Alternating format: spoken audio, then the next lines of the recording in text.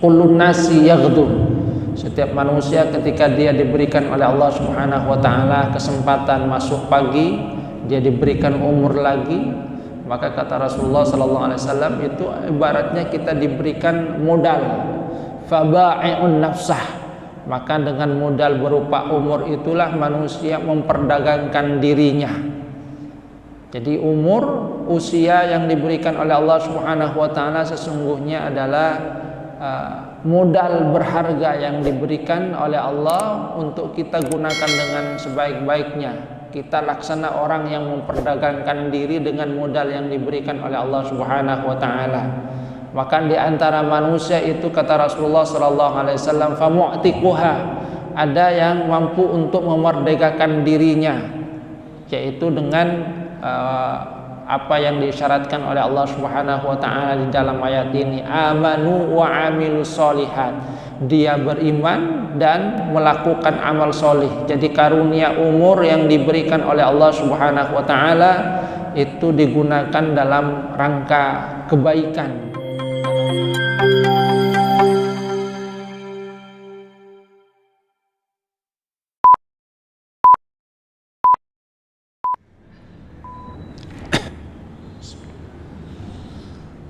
Assalamualaikum warahmatullahi wabarakatuh.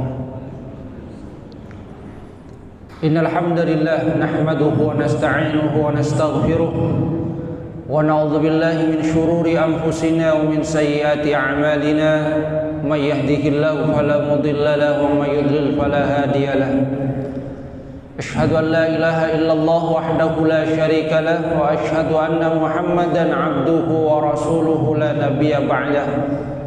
Allahumma salli ala Muhammad wa ala ali Muhammad kama sallaita ala ali Ibrahim wa barik ala Muhammad wa ala ali Muhammad kama barakta ala ali Ibrahim fil alamin innaka Hamidum Majid. Rabbi shrah li sadri wa yassir li amri wahlul 'uqdatam min lisani yafqahu qawli, amma ba'du. Hadirin yang masal subuh rahimakumullah. Alhamdulillah atas karunia Allah Subhanahu wa taala kita masih diberikan oleh Allah Subhanahu wa taala nikmatul iman wal Islam, bisa melangkahkan kaki ke masjid ini menghambakan diri kepada Allah Subhanahu wa taala, menggunakan karunia yang diberikan oleh Allah Subhanahu wa taala dalam sesuatu yang diridhai oleh Allah Subhanahu wa taala. Kita lanjutkan kajian tafsir masih di surah An-Nisa. Firman Allah Subhanahu wa taala, a'udzubillahi minasyaitonir rajim. Innal ladzina kafaru biayatina sawfa nuslihim nara kullama nadijat juluduhum baddalnahum juludan ghairaha liyadhuqul 'adzab innallaha kana 'azizan hakima. Walladzina amanu wa 'amilus solihati sanudkhilukum jannatin tajri min tahtihal anharu khalidina fiha abada lahum fiha azwajun mutahharatu wa nudkhilukum dhillan dhalilah. Di dua ayat ini Allah Subhanahu wa taala menggambarkan tentang dua keadaan dari hamba-hambanya. Yang pertama adalah mereka yang kufur kepada Allah Subhanahu wa taala, keadaan orang yang tidak beriman kepada Allah Subhanahu wa taala. Apa balasan yang diberikan oleh Allah atas kekufuran mereka? Allah Subhanahu wa taala menyatakan, innal ladzina kafaru biayatina, sesungguhnya orang-orang yang kafir yang mengingkari ayat-ayat kami, saufa nuslihim nara, akan kami masukkan mereka ke dalam neraka. Kullama nadijat juludukum baddalnahum juludan ghairaha liyadhuqul 'adzab. Setiap kali kulit mereka itu matang, gosong, kami ganti dengan kulit yang lain. Liyadhuqul 'adzab, supaya mereka merasakan azab. Innallaha kana azizan hakimah. Sungguhnya Allah itu maha perkasa lagi maha bijaksana.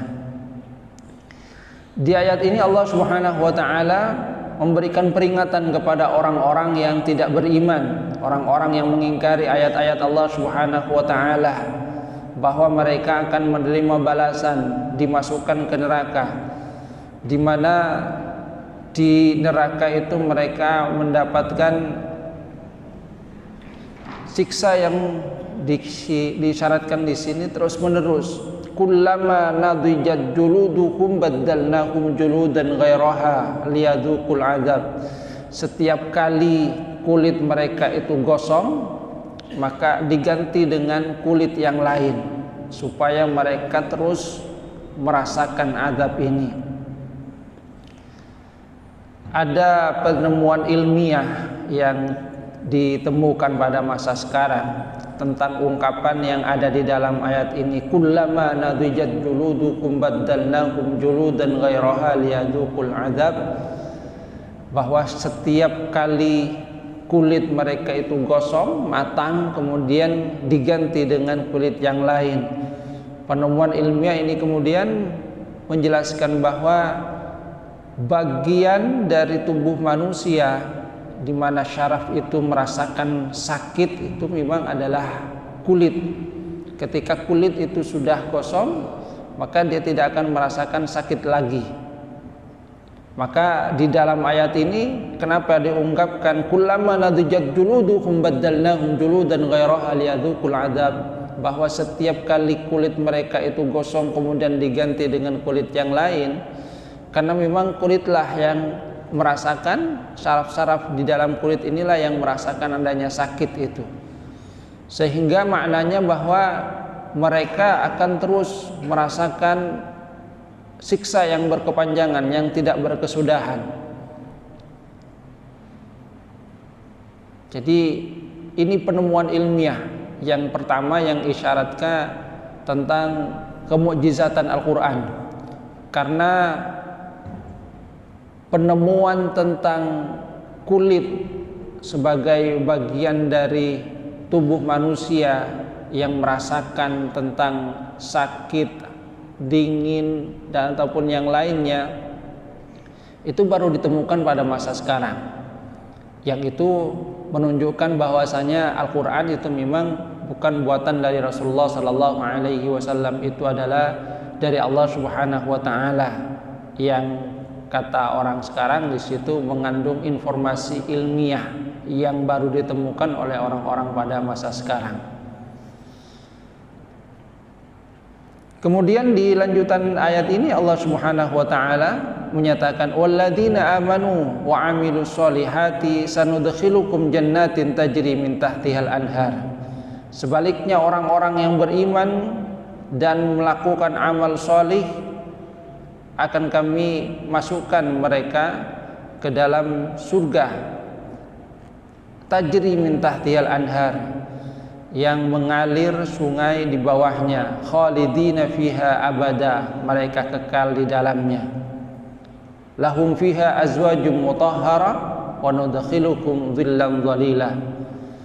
Bagi mereka di dalamnya pasangan-pasangan yang disucikan, dan kami masukkan mereka dalam naungan yang berkepanjangan di sini juga.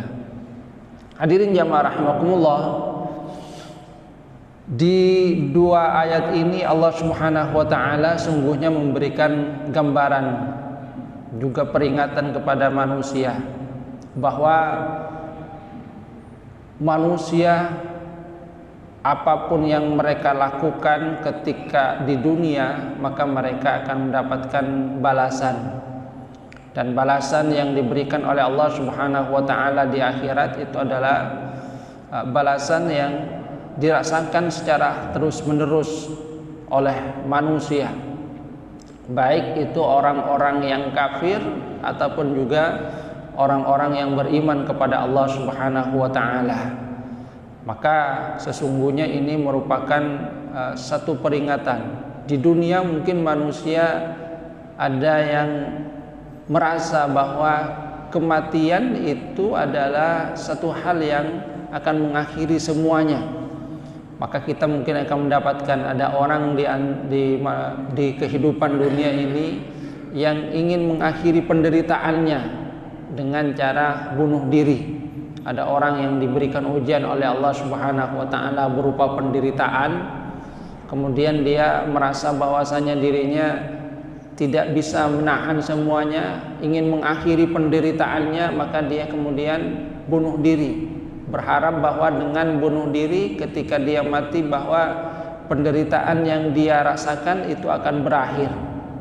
Padahal sesungguhnya tidak, karena manusia itu akan mendapatkan balasan dari apa yang dia lakukan. Dia akan tetap mendapatkan balasan dari apa yang dia lakukan. Justru ketika dia bunuh diri, disyaratkan di dalam banyak hadis bahwasanya dia akan mendapatkan balasan dari apa yang dia lakukan, karena memang bunuh diri adalah sesuatu yang juga diharamkan oleh Allah Subhanahu wa taala, bagian dari hifdzun nafas. Dia juga akan mendapatkan balasan. Orang yang bunuh diri itu akan disiksa juga oleh Allah Subhanahu wa taala, seperti halnya cara dia membunuh dirinya. Kalau dia membunuh dirinya dengan cara menerjunkan dirinya dari atap, mungkin dari, kalau sekarang mungkin dari hotel lantai berapa, maka di akhirat juga demikian. Dia akan mengalami hal yang sama berulang-ulang, dari atas kemudian dia diulang bunuh dirinya, merasakan kesakitan ketika dia mengalami sakaratul maut. Setelah itu dihidupkan lagi, dia bunuh diri lagi. Kalau dia bunuh dirinya dengan cara menusuk misalnya, maka nanti di akhirat juga dia akan merasakan hal yang sama. Hidup lagi, kemudian diberikan siksaan yang berulang-ulang. Yang di sini ibarahnya adalah dari orang yang diberikan siksa oleh Allah Subhanahu wa taala. Kullama nadijat juludukum baddalnakum juludan ghairaha liyadzuqul adzab. Karena di akhirat itu tidak ada lagi yang namanya kematian. Orang-orang kafir itu mengharapkan bahwa kematian itu akan memutuskan semuanya. Ya laitaha kanatil qadiyah. Mereka itu berharap, kenapa mati itu tidak kemudian menghilangkan semuanya, bahwa itu sudah selesai semuanya, tidak ada lagi yang namanya hisab, tidak ada lagi yang namanya pertanggungjawaban. Itu yang diinginkan oleh orang-orang kafir. Maka Allah Subhanahu wa taala di dalam ayat ini sesungguhnya memberikan peringatan bahwa mereka akan mendapatkan balasan dari apa yang mereka lakukan di dunia. Kalau mereka itu ingkar, maka balasannya adalah siksa di neraka yang berkepanjangan, yang tidak berkesudahan, karena tidak ada lagi kematian pada waktu itu. Gambaran yang diberikan oleh Allah Subhanahu wa taala adalah ketika kulit mereka itu hangus, gosong, maka diganti dengan kulit yang lain, yang dengan itu mereka akan kembali merasakan rasa sakitnya. Jadi rasa sakitnya akan kembali mereka rasakan. Ketika sudah gosong, dikembalikan lagi menjadi biasa, baru lagi, demikian terus. Makanya di dalam satu hadis Rasulullah SAW itu menggambarkan, ada orang yang dulunya di dunia diberikan dengan berbagai macam kenikmatan. Jadi berbagai macam kenikmatan dia diberikan oleh Allah Subhanahu wa taala, nikmat dunia yang begitu banyak. Artinya di dalam kehidupan dunia dia itu merasakan yang namanya nikmat dunia begitu melimpah, kekayaannya besar, banyak, harta melimpah, mungkin badannya sehat, diberi jabatan yang tinggi. Jadi semua kenikmatan dunia itu dia dapatkan, yang digambarkan oleh Rasulullah SAW sebagai orang yang dikatakan paling banyak mendapatkan nikmat dunia, akan tetapi dia tidak beriman kepada Allah Subhanahu wa taala, mati dalam keadaan kufur. Maka ketika dia dimasukkan ke dalam neraka, dicelupkan sekali, kemudian ditanya, apakah kamu pernah merasakan kenikmatan ketika di dunia, apa yang dia katakan? Tidak. Kenapa? Karena segala bentuk kenikmatan yang ada di dunia itu kalau dibandingkan dengan siksaan yang ada di neraka itu seakan-akan hilang. Jadi seakan-akan hilang. Artinya berbagai nikmat dunia yang dia rasakan selama ini kemudian menjadi tidak ada artinya ketika dia masuk ke dalam neraka.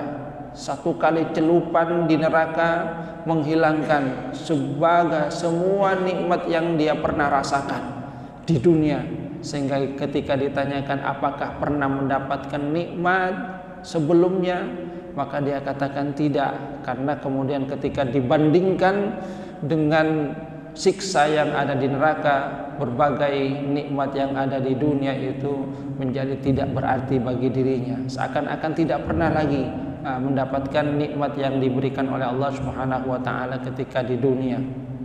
Jadi nikmat yang dirasakan kemudian tidak lagi berarti. Ini bagi orang-orang kafir. Sedangkan bagi orang-orang yang beriman, Allah Subhanahu wa taala menggambarkan hal yang sebaliknya. Sama, mereka juga akan mendapatkan nikmat yang berkepanjangan dari Allah Subhanahu wa taala. Allah Subhanahu wa taala menyatakan walladzina amanu wa 'amilus sholihat. Orang-orang yang beriman dan melakukan amal solih. Yang di dalam ayat ini ada dua hal yang ditekankan oleh Allah Subhanahu wa taala, yaitu pertama iman dan kemudian yang kedua dilanjutkan dengan amal solih, dibuktikan dengan amal solih di dalam kehidupannya.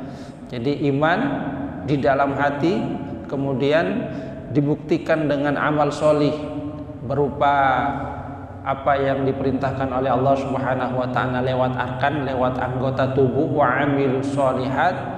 Artinya dia walaupun kemudian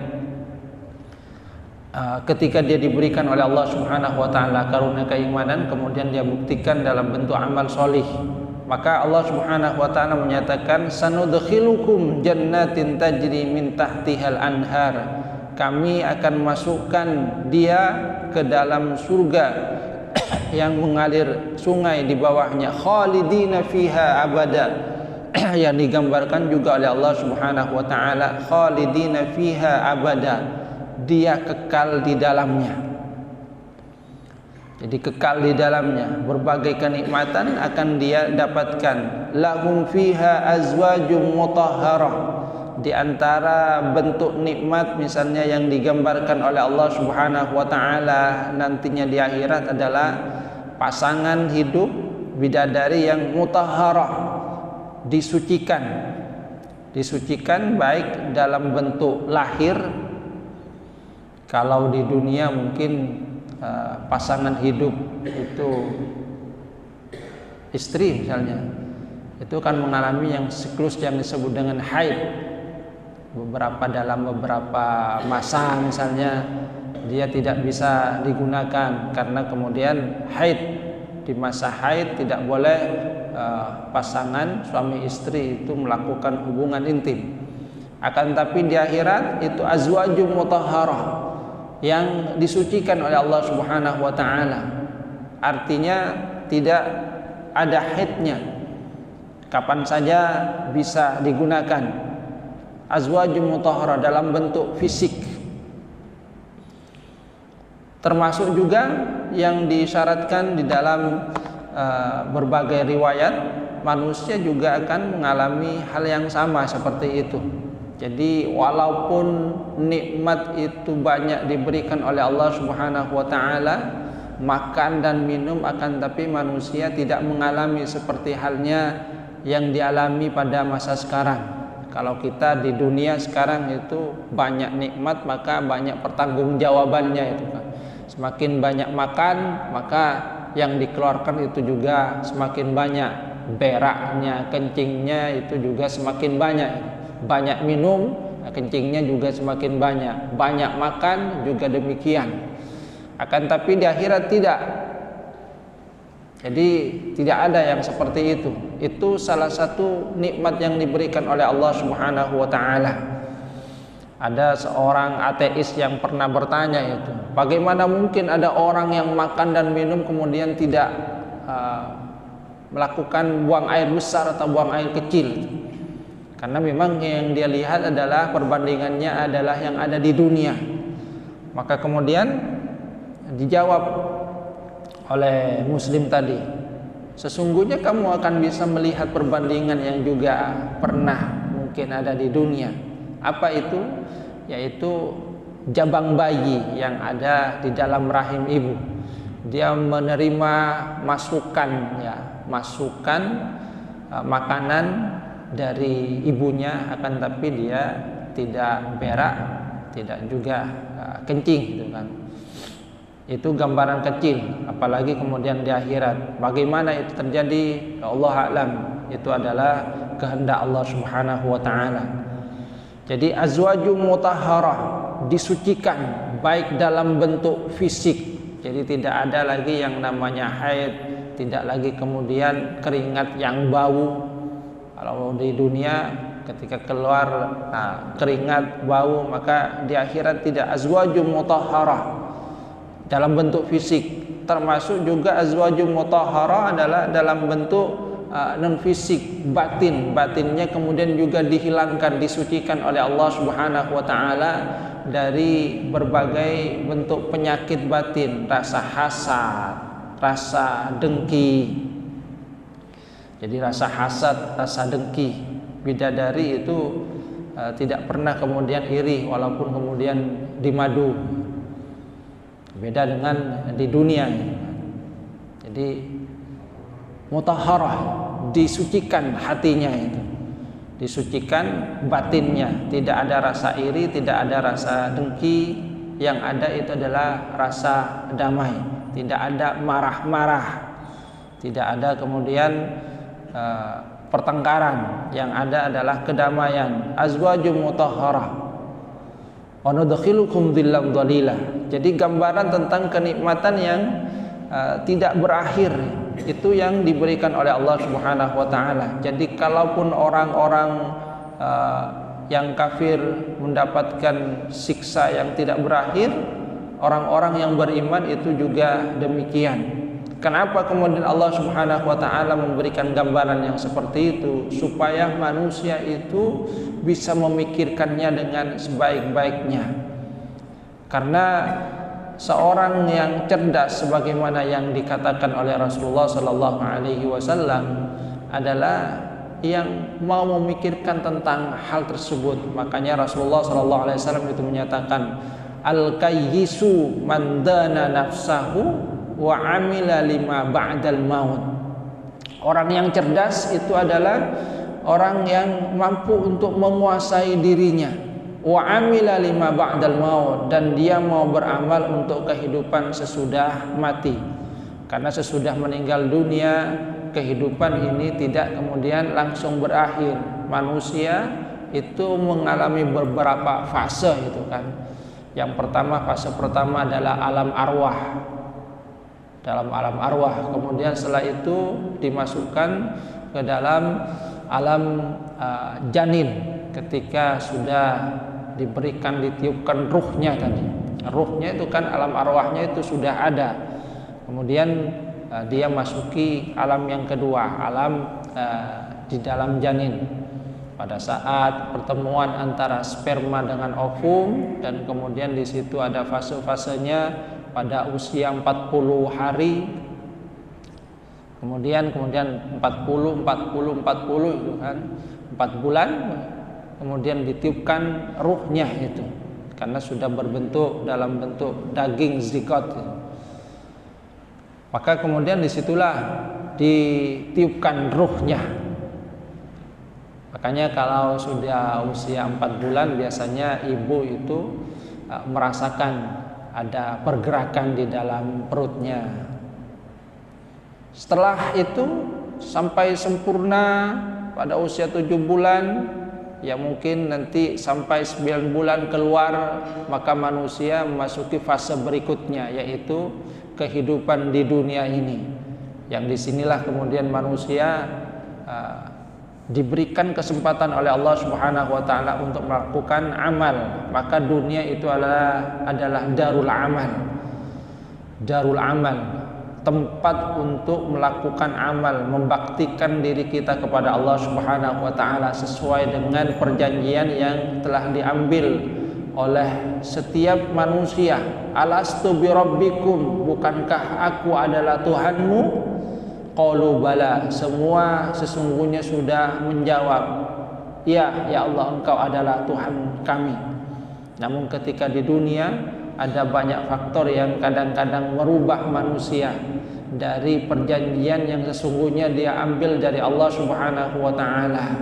Ada yang berpaling dari perjanjian itu sehingga kufur terhadap ayat-ayat Allah Subhanahu wa taala, tapi ada juga yang mendapatkan karunia rahmat dari Allah Subhanahu wa taala, tetap di dalam keimanan, tetap di dalam perjanjian yang telah dia ambil dengan Allah Subhanahu wa taala, bahwasanya dia menuhankan Allah Subhanahu wa taala.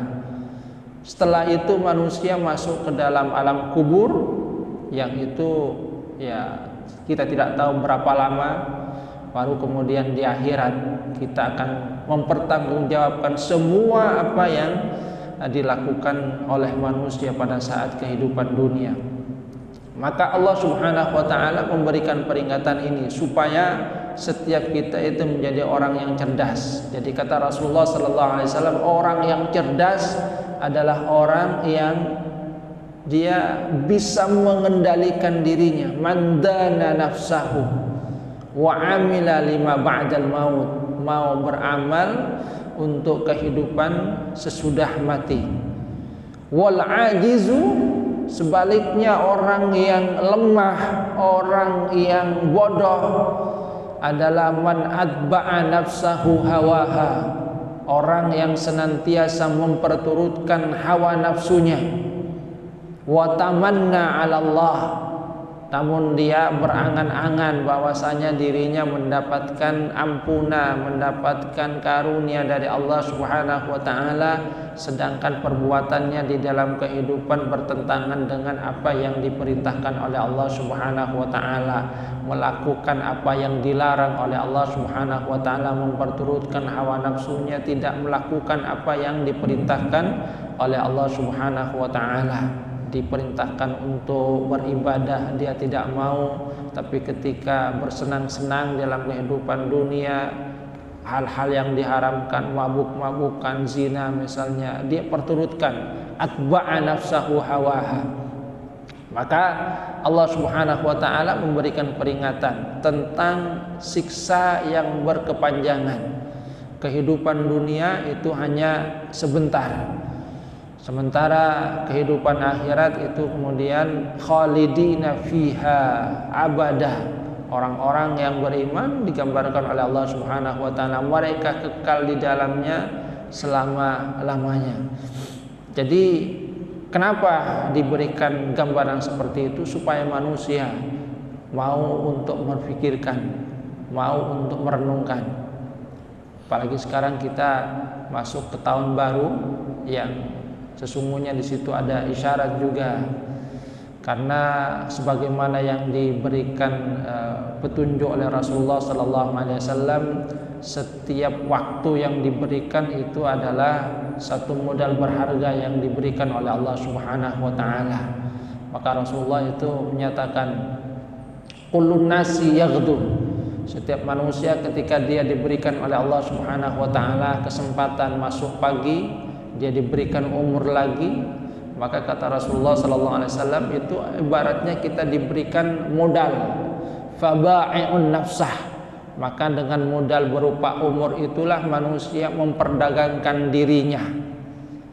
Jadi umur, usia yang diberikan oleh Allah Subhanahu wa taala sesungguhnya adalah modal berharga yang diberikan oleh Allah untuk kita gunakan dengan sebaik-baiknya. Kita laksana orang yang memperdagangkan diri dengan modal yang diberikan oleh Allah Subhanahu wa taala.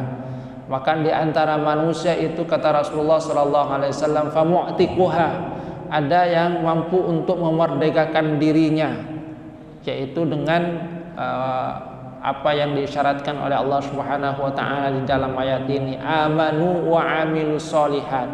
Dia beriman dan melakukan amal solih. Jadi karunia umur yang diberikan oleh Allah Subhanahu wa taala itu digunakan dalam rangka kebaikan, dalam rangka amal solih.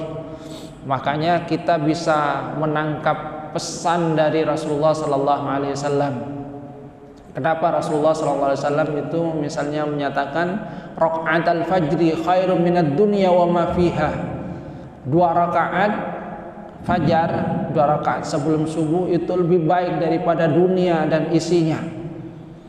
Karena ketika seorang itu bangun tidur, kemudian yang dia lakukan adalah menghambakan diri kepada Allah Subhanahu wa taala, walaupun 2 rakaat yang ringan ini, akan tetapi 2 rakaat yang ringan itu merupakan wujud dari amanu wa amilus solihat, dari keimanan yang diberikan oleh Allah Subhanahu wa taala yang dia buktikan dengan amilus solihat, dengan amal solih. Jadi dia diberikan oleh Allah Subhanahu wa taala karunia umur, alhamdulillahilladzi ahyana ba'dama amatana wa ilaihin nusyur. Dia syukuri nikmat umur yang diberikan oleh Allah Subhanahu wa taala. Dia syukuri keimanan itu dan kemudian dia buktikan dengan menghambakan diri kepada Allah Subhanahu wa taala. Sujud. Nah, sujud 2 rakaat fajar ini kemudian kalau dibandingkan dengan seluruh nikmat dunia, keimanan dan amilus solihat, itu masih lebih berharga 2 rakaat ini, karena ini merupakan perwujudan dari amanu wa amilus solihat, dari wujud keimanan dan amal solih yang memang diperintahkan oleh Allah Subhanahu wa taala. Yang dengan itu Allah Subhanahu wa taala akan memberikan nikmat di akhirat, di mana orang-orang yang kafir itu akan merasakan hal yang sebaliknya. Ketika mereka meninggal, mereka kemudian menyesal kenapa tidak melakukan amal solih, sehingga apa yang mereka minta dari Allah Subhanahu wa taala, farji'na na'mal solihan inna muqinun. Ketika mereka meninggal dunia, mereka melihat bahwa apa yang mereka lakukan di dunia itu dipertanggungjawabkan. Berbagai nikmat itu akan kemudian dimintai pertanggungjawaban oleh Allah Subhanahu wa taala. Maka mereka menyesal. Kenapa di dunia mereka tidak bisa melakukan aman wa amilus solihat. Mereka kemudian memohon kepada Allah Subhanahu wa taala, farji'na na'mal salihan inna muqinun. Ya Allah, kembalikan kami ke dunia. Untuk apa? Apakah mereka kemudian minta kembali ke dunia ingin jadi presiden? Tidak. Apakah mereka minta ke dunia supaya mendapatkan kekayaan yang melimpah? Tidak. Bukan itu yang mereka minta ketika dikembalikan ke dunia. Mereka meminta kesempatan kembali ke dunia adalah farji'na na'mal solihan, kami akan melakukan amal solih. Jadi raq'atul fajri khairum minad dunya wa ma fiha, karena itu merupakan perwujudan dari iman dan amal solih yang langsung dibuktikan sesudah dia bangun dari tidur. Bangun dari tidur, syukur, kemudian dia hambakan dirinya kepada Allah Subhanahu wa taala, dan itu merupakan nikmat yang lebih berharga daripada dunia dan isinya. Ini yang dikatakan oleh Rasulullah sallallahu alaihi wasallam, khairum minad dunya wa ma fiha. Karena di akhirat orang-orang kafir itu ingin semua nikmat yang dia dapatkan di dunia itu ditukar. Supaya apa? Supaya dia tidak mendapatkan azab dari Allah Subhanahu wa taala. Dia menyesal kenapa di dunia dia tidak menggunakan berbagai karunia dunia itu dengan sebaik-baiknya. Famuqtikuha. Jadi ada di antara manusia yang bisa membebaskan dirinya karena dia melakukan aman wa amilus solihat. Tapi ada juga yang dikatakan oleh Rasulullah sallallahu alaihi wasallam, au mubikuha. Ada manusia yang menjerumuskan dirinya ke dalam jurang kecelakaan. Karena tadi dia sudah diberikan oleh Allah Subhanahu wa taala karunia umur, karunia yang berbagai, yang begitu banyak ya, harta, kesehatan dan lain-lainnya. Akan tapi umur itu kemudian tidak digunakan dengan sebaik-baiknya. Dia malah kemudian melakukan berbagai perbuatan maksiat, kufur dengan ayat-ayat Allah Subhanahu wa taala, melakukan apa yang dilarang oleh Allah Subhanahu wa taala, meninggalkan apa yang diperintahkan oleh Allah Subhanahu wa taala, atba'a nafsahu hawaha, selalu memperturunkan hawa nafsunya.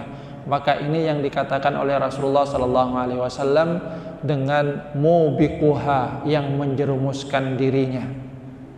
Jadi dia tidak mempergunakan karunia umur itu dengan sebaik-baiknya. Maka bersyukurlah kita yang masih diberikan oleh Allah Subhanahu wa taala karunia umur, yang mari kita gunakan dalam hal yang baik. Karena Rasulullah sallallahu alaihi wasallam itu pernah ditanya, siapa orang yang paling baik? Maka kemudian Rasulullah sallallahu alaihi wasallam menyatakan, man tala umruhu wa hasuna amaluh.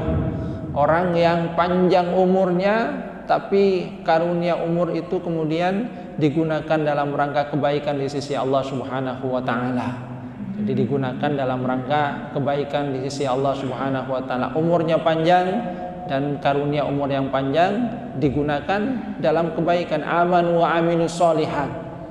Sebaliknya orang yang paling jelek, syarrun nas, kata Rasulullah sallallahu alaihi wasallam, man tala umruhu wa sa'a amalu. Orang yang sama diberikan oleh Allah Subhanahu wa taala karunia umur yang panjang, akan tapi karunia umur yang panjang itu tidak digunakan dalam kebaikan, sa'a amalu. Dia malah melakukan hal-hal yang tidak baik di dalam kehidupannya. Jadi karunia umur itu juga merupakan sesuatu yang dipertanggungjawabkan modal, kata Rasulullah, ba'i'un nafsah. Hadirin jamaah rahimakumullah. Jadi itu yang disyaratkan oleh Allah Subhanahu wa taala, supaya kita bisa menjadi orang yang cerdas, tidak menjadi orang yang bodoh. Terakhir kemudian ada satu hal yang pernah disampaikan oleh Rasulullah sallallahu alaihi wasallam tentang kehidupan yang dialami oleh manusia. Manusia itu, kata Rasulullah sallallahu alaihi wasallam, itu terbagi kalau di kehidupan dunia itu menjadi, yang pertama adalah orang yang mendapatkan berbagai nikmat kehidupan, kesenangan. Tapi ada yang kedua, yaitu ahlul bala, orang yang di dalam kehidupan dunia banyak sekali mendapatkan ujian. Namun dia menghadapinya dengan penuh keimanan, dia menghadapinya dengan penuh kesabaran. Maka sesungguhnya semua itu juga merupakan bagian dari ujian yang diberikan oleh Allah Subhanahu wa taala, yang nantinya sesungguhnya semuanya juga akan mendapatkan balasan. Bahkan di dalam hadis itu Rasulullah sallallahu alaihi wasallam menyatakan bahwa ahlul bala, orang yang ketika di dunia itu banyak mendapatkan ujian, itu di akhirat hisabnya ringan. Jadi hisabnya ringan. Kenapa? Karena di dunia sudah istilahkan sudah azabnya sudah diberikan di dunia, maka hisabnya itu ringan, cepat gitu. Dan kemudian diberikan kedudukan yang tinggi di surga. Yang ketika orang-orang yang di dunia mendapatkan banyak nikmat itu, mereka kemudian berkata, ya Allah, kalau begitu saya tidak apa-apa dikembalikan ke dunia, saya disiksa juga tidak apa-apa ya Allah, yang penting saya seperti mereka.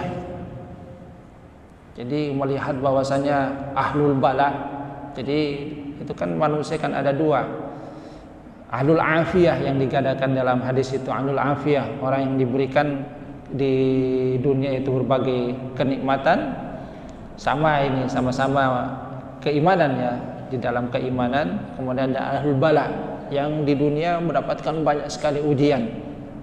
Maka ternyata kata Rasulullah sallallahu alaihi wasallam, ahlul bala itu kemudian hisabnya cepat, ringan, dan kedudukannya begitu tinggi di surga. Sehingga ahlul afiyah kemudian merasa iri. Mereka bertanya kepada Allah Subhanahu wa taala, berkata, "Ya Allah, kalau begitu tidak apa-apa, kembalikan saya ke dunia. Saya juga diuji ya seperti itu." Cuma karena balasannya kemudian baru kita lihat di akhirat, manusia kurang suka dengan berbagai macam ujian itu.